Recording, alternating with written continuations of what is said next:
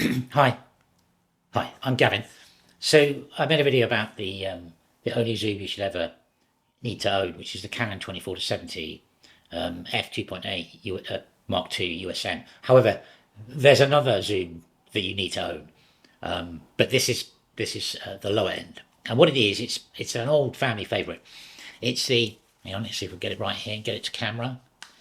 It's the Tokina. Will that focus? There we go. It's the Tokina 11 to 16 f 2.8. Now, this lens has been around for ages. There's multiple versions of it, but it is literally a brilliant lens to have in your backpack, in your kit list. On a Super 35 sensor, you've basically got I think it's a 18 to 25 out of it, which is a great field of view. I mean, it's great for Komodos, Blackmagic, 6K Pro, and all this. Any Super 35 sensor, you're going to get great wide angle zoom that's got autofocus, moderately sharp. But yeah, you can basically cover off a lot with this, which you've got, your main zoom, 24 to 70, and then you put this thing in. Got a great on full frame. You've also got a bit of a cheat here. On a full frame camera, I think you can get 15 mil or 16 mil out of it without because obviously as you crank it up, as it pulls back, you start to see the shroud get potholing around the edge of the picture. I think you can get to 15 mil before you start to see it. So also, if you're shooting full frame, you can you can use it. You can use it at 50 mil, which is a good wide, actually, isn't it, to have in your bag? It's an autofocus lens, standard Tokina clutch mechanism where you pull it up and down here to go from AF to MF. It's a spherical, and yeah, and it's f2.8. I don't know if it's parfocal off the top of my head. I mean, I always focus up anyway, so it's immensely useful. It's got a 77mm filter on the front.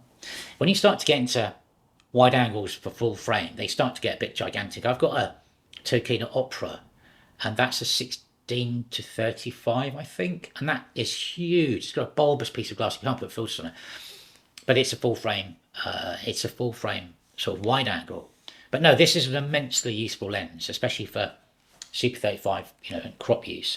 And on a lot of the bigger cameras now, you can always go to crop mode. Like on the R5C, you can punch into 6K and then use this lens from 18 to 25. But yeah, really, really useful. And you've got most of the things covered, haven't you? I mean, if you think about it, you've got one 24 to 17, you've got this thing, you've got most of the focal length covered. I mean, 24 is an interesting one to shoot at. I mean, sometimes you just need to get out there, get a wide angle. I mean, for drones, on a large drone, like a red Komodo on a drone, this would be perfect. But yeah, I think I've said it, but it's a good weight and size for gimbal mounting as well. And with gimbals and Steadicam, you need to be able to run around. You don't want a gigantic lens on the front of the thing. But no, you can get these really cheaply. They're like, I don't know, £200-300. But for what you get out of it, I've got 3 of them, I think. What you get out of use of it is incredible. It's just such a versatile lens to have in your lens bag. Yeah, I mean, the last thing you want to do is start to muck around. I hate switching out prime lenses. I mean, if you've got time for it, fine. But I mean, sometimes you just can't. You've got to choose a zoom, get in there and shoot something. And this is really, really handy when you've got to pick up a load of POV things, just grab background and BTS shots and stuff like that. I don't know what the close focus distance is on it, but yeah, it's pretty good. I've used it for cookery stuff, things like that. You pop it on a small camera facing the guy chopping the knives and stuff like that. With a chopping board, you get a great view. So very, very handy. You can see, yeah, with the space, with a small camera body on the back, you can pop it anywhere. But yeah, it's one of those things where you do one of those shots where someone opens a cupboard. You can pop it on the camera, put it in the cupboard, focus up, and then when they open the cupboard, you got this great shot coming out. Anyway, I mean, there's tons you can do with it. It's a really, really versatile lens. It's not expensive, and it's something that you should have really in your arsenal.